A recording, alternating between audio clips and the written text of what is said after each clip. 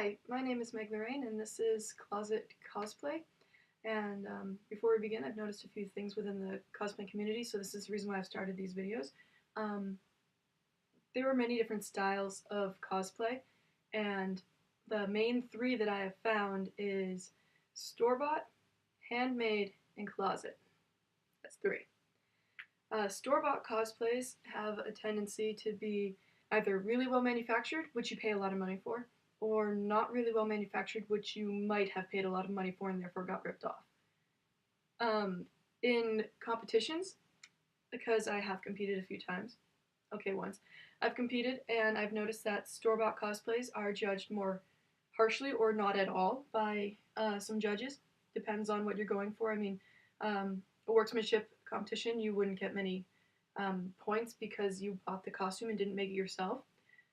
Also, there's been a little bit of frowning upon in the community where, let's say you've got two people cosplaying the same character, one person bought their costume, one person made their costume. A lot of people will choose the person who made their costume because they put more hours into it, when in reality they might not know that the person who bought their costume doesn't have time or skill to make the costume and therefore had to buy it after working very long hours at whatever job they have, which may or may not suck. So, that's store-bought costumes. Handmade costumes get a lot of props. A lot of people make their own costumes. Their skill levels vary. There are the really amazing cosplayers that are pretty much God, and then there are the people who are working on it, which they're still God because they're working on it. The point is, you're putting in hours, money, material, blood, sweat, and tears, because all three of those happen when you make a costume, and no one should get crap for the costume that they made. And at competitions, handmade costumes get more judging skills, especially in a craftsmanship competition, and it's a good way to get feedback on what you need to work on, what works for you, what another idea that maybe you could have, like instead of gathering, you should try something else. I don't make many costumes, I don't know the proper terms. But the third and final group, which is the group that I mostly work in, is closet cosplay.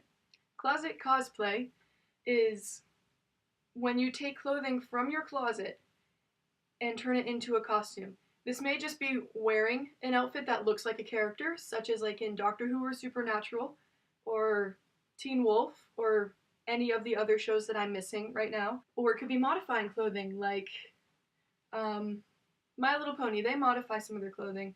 Homestuck modifies some of their clothing. Those are just a few of the fandoms that I've noticed doing closet cosplay. Now, closet cosplay confuses judges in competitions because while you bought the clothing, you also put in hours and made things. So, while if you want craftsmanship points, it's easier to go to a competition and make your own costume, but closet cosplay is also a step into making your costume. I mean, I started in just wearing clothing, and then I started modifying clothing, and now I've started making clothing. Still working on it, though. So, back to the main point of this show is closet cosplay is either a stepping stone or where you're at with your cosplaying. And no one should feel bad about it, because I've noticed that some people see closet cosplayers as either just skipped work to come here, is wearing street clothes anyways, or my personal favorite, didn't try hard enough. So, I'm just trying to make it seem to everyone who closet cosplays that it's okay to be doing this. It's okay to not be able to sew very well. It's okay to buy a shirt as opposed to sew a shirt, because that is difficult. And I'm also trying to promote this to people who don't closet cosplay and say that we are still doing work.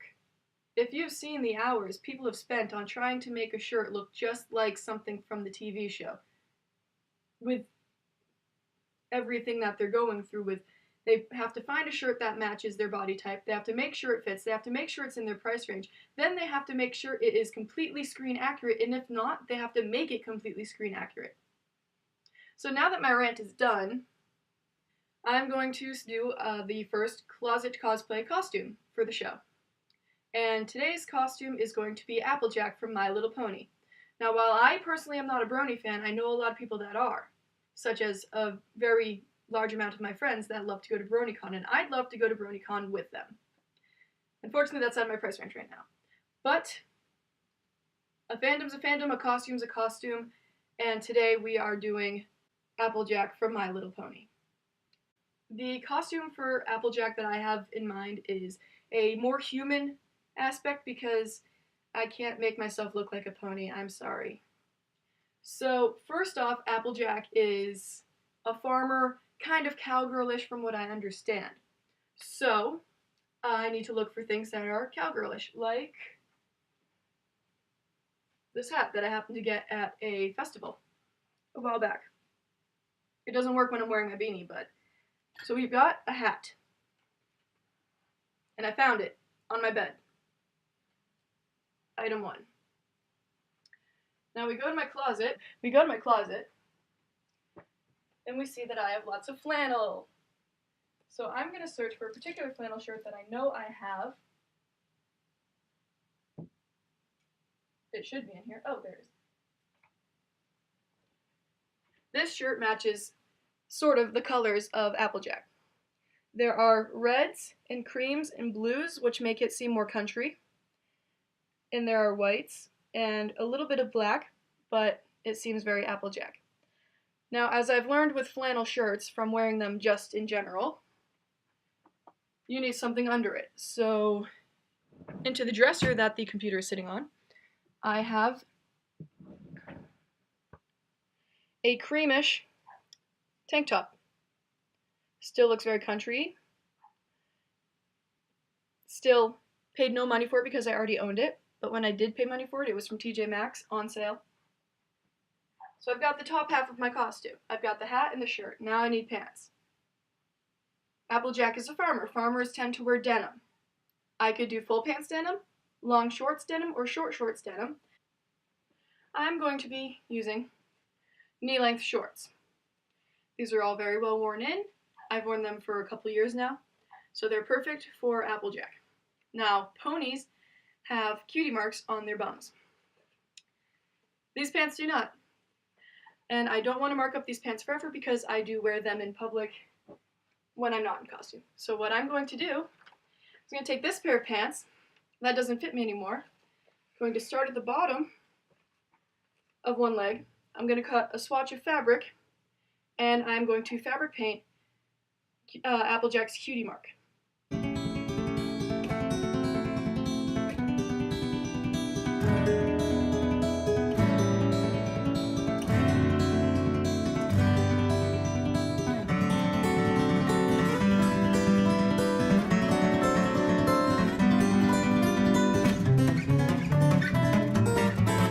So here's my swatch of fabric.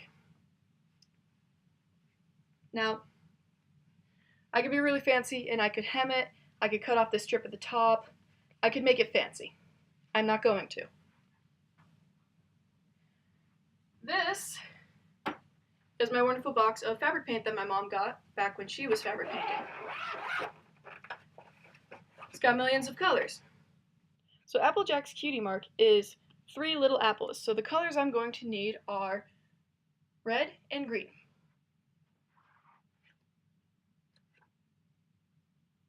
So I've got bright red and bright green. Well, sort of bright green. I'm hoping it's the right color. Now, take the fabric paint, and make it work. When working with fabric paint, it does get a bit messy, so you're going to want a tissue to wipe the extra fabric paint off. Like, see this? It's all covered in paint, extra paint from sitting so long. Just wipe it in the tissue, and it's all good for use. So Applejack has 3 little apples. And they're kind of heart-shaped, but not exactly, so don't make hearts.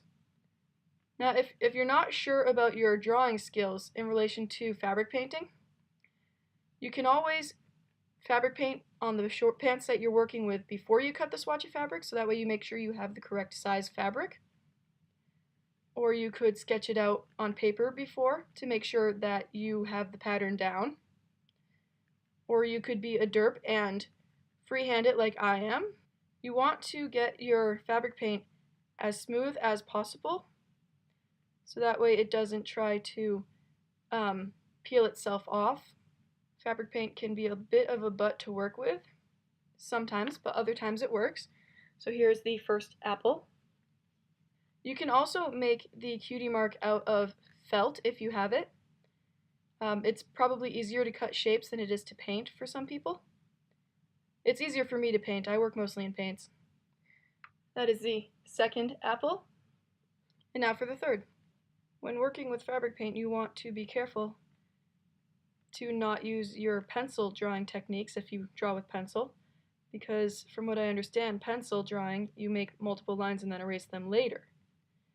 This doesn't work with fabric paint because even if you can get the most of it off, it will probably stain the clothing or the fabric that you're working with. Fabric paint also takes some time to dry. Sometimes it dries quickly, sometimes it takes a night. So if you're making your costume the night before con, do the cutie mark in the fabric painting first if you can. There's the third apple. It's a bit larger than the others. So fabric paint first if you can, so that way it can dry while you work on everything else. And now for the green, for the little leaves. Again, this one has gunk all over it. You're going to want to wipe the fabric paint on it. And sometimes, this one didn't do it, but sometimes fabric paint spews out a clear liquid. It's what they use to keep the fabric paint liquid while it stays not used. So that's what you'll want the tissue for also. Now each apple has a little stem and a little leaf. So you're going to try to add that in.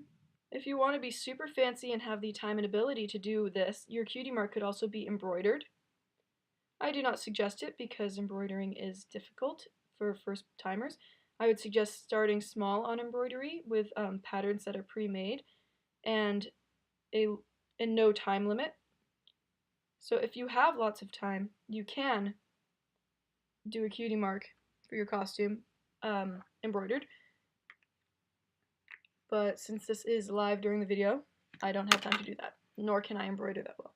So these are Applejack's cutie marks. They're going to go on the back pocket of my pants. I need to let them dry, but while we do that, the way I'm going to attach it, I could sew it on and then detach the thread later, or I could be simple and use a safety pin. So I'm going to go find a safety pin. So now that I have the cutie mark and the pants, I'm going to pin the cutie mark on the pants, and the fabric kind of matches so people won't notice, and if they do, they'll say it's cute. The way to keep yourself in good spirits about making a closet cosplay is to remind yourself that everyone will think it's cute. Because we have to stay positive while cosplaying. You don't want nervous breakdowns at a convention because it ruins your day. So, no matter what you're working on, no matter how bad you think it is, it's cute and they're going to love it. Now if you don't want your safety pin to show when you pin it, I will show you how to do that. Since you're pinning it on the back pocket of pants, hopefully you have pockets on those pants, what you do is you open the pocket if it's been closed. My pants had buttons, so I had to open the pocket. You put most of the pin on the inside and pin through so only a little band of metal will show on your patch. Now I would suggest pinning both top and bottom so that way it lays flat and doesn't fold or get messed up. Now that it has been pinned, here are the pants. You can see my patch.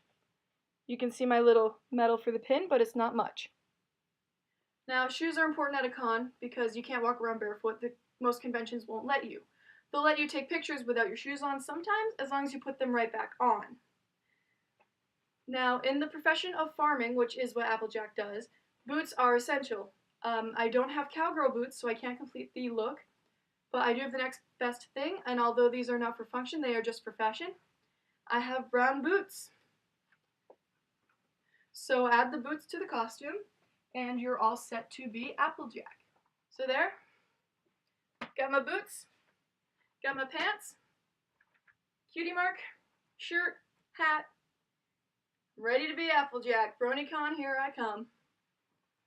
Thank you for watching, and I hope you enjoyed Closet Cosplay. Keep in touch for more videos. I probably won't be posting that much because I'm a poor college student that doesn't have a lot of time, but keep looking.